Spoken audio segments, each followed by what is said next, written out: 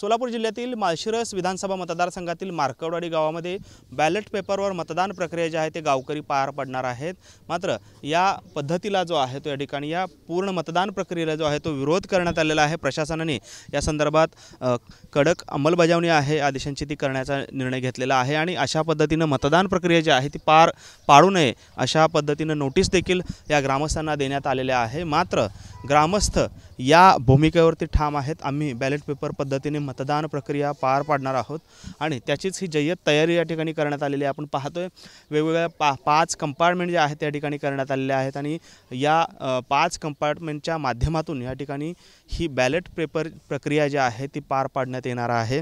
जवळपास 1900च्या आसपास या ठिकाणी मतदान जे आहे ते या विधानसभेला झालेलं होतं। त्यापैकी 1003 मतं जे आहेत राम सातपुते यांना पडली होती, तर जवळपास 800च्या आसपास जे आहेत मतं जे विद्यमान आमदार उत्तम जानकर आहेत त्यांना पडलेले आहेत। मात्र ग्रामस्थांची अशी भूमिका आहे की एवढं कमी मतदान आम्हाला पडू शकत नाही, उत्तम जानकरांना एवढं मतदान कमी पडू शकत नाही, त्यामुळेच आम्हाला दूध का दूध पाणी का पाणी करायचं आहे आणि त्यासाठीच बॅलेट पेपर पद्धतीचं मतदान प्रक्रिया जी आहे ती पार पाडायची आहे आणि त्यासाठीच आजचा हा संपूर्ण तयारी जी आहे त्या ठिकाणी करण्यात आलेली आहे। मात्र जिल्हा प्रशासन असेल, पोलीस प्रशासन असेल, त्यांनी या संपूर्ण प्रक्रियेला जो आहे तो विरोध केलेला आहे। कारण जी काही आचारसंहितेचा काळ होता, जी प्रक्रिया होती ती आता पूर्ण झालेली आहे, त्यामुळे अशा पद्धतीने निवडणुका घेता येणार नाहीत।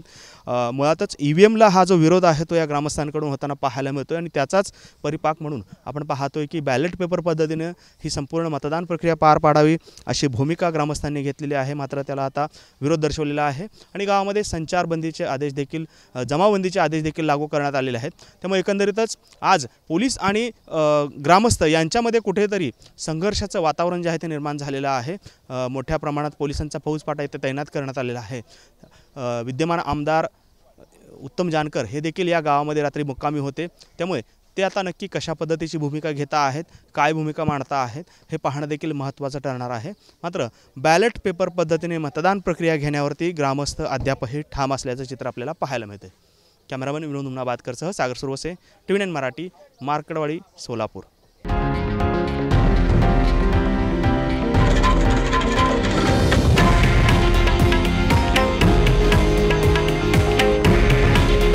हे आहे देशातील नंबर 1 न्यूज नेटवर्क आणि आपण पाहत आहात TV9 मराठी।